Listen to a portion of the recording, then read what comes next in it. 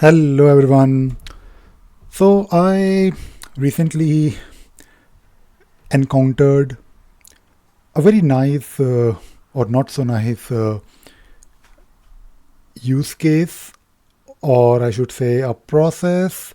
I don't really have a proper word for it, but basically what was happening, and maybe it is still happening for them, in one company there was a team of Jira administrators, and whenever you hear the word Jira administrators, Jira administrators are supposed to administer Jira, right?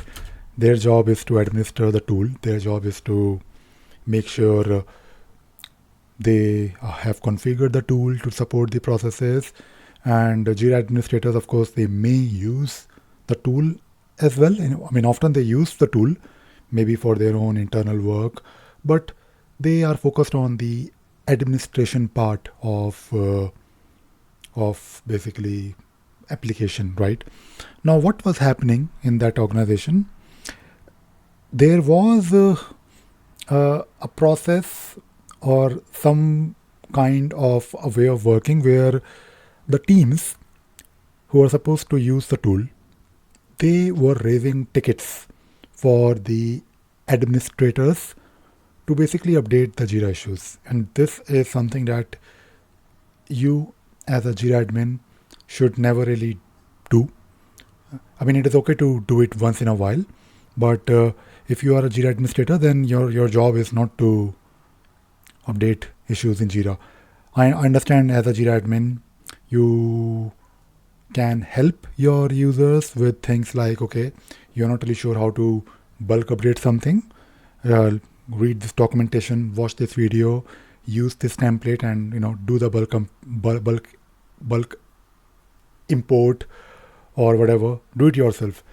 And again, there are a couple of very good reasons, strong reasons why you shouldn't do it. Number one, it is not your job. Number two, when you update something in Jira for someone on behalf of them, you're basically, in a way, messing up with, for example, if there is an epic which needs to be closed. Now, epic closure is like an important event, or someone who is basically closing the epic, because epic is like a deliverable. You are in a way doing it on their behalf, and you're basically in a way saying that yes, this epic is delivered, but you're not really sure whether it was delivered or not. So basically, you cannot always be sure if you're doing an update whether that update was in reality correct or not. Now, what was happening in that company? Uh, People used to, of course, create a backlog or some list somewhere in Jira, and they used to work, of course, a bit in Jira, but also a bit more in the sheet. And they also used to send this sheet back to the administrators. Okay, can you please update the status of these 50 items in Jira? Now, this is something that you should never ever do. In the beginning as well, if you are, let us say, setting up a new Jira administrator team, or even if you are making someone responsible for doing Jira administration work, make it very clear that they will not be updating the items in Jira. And at the same time, uh, it is of course a bit similar to what I mentioned, I believe, in one of my video which I made, I think last week or last to last week, where I mentioned that you should basically encourage the ownership of items in Jira. And this is also a bit similar to uh, what I always talk about, basically training, coaching, education, making your Jira users aware of how to do things in Jira. For example, many people are not aware of how to perform a search. Now, if you are not really sure how to perform a search, then make it very easy for your users to find the information.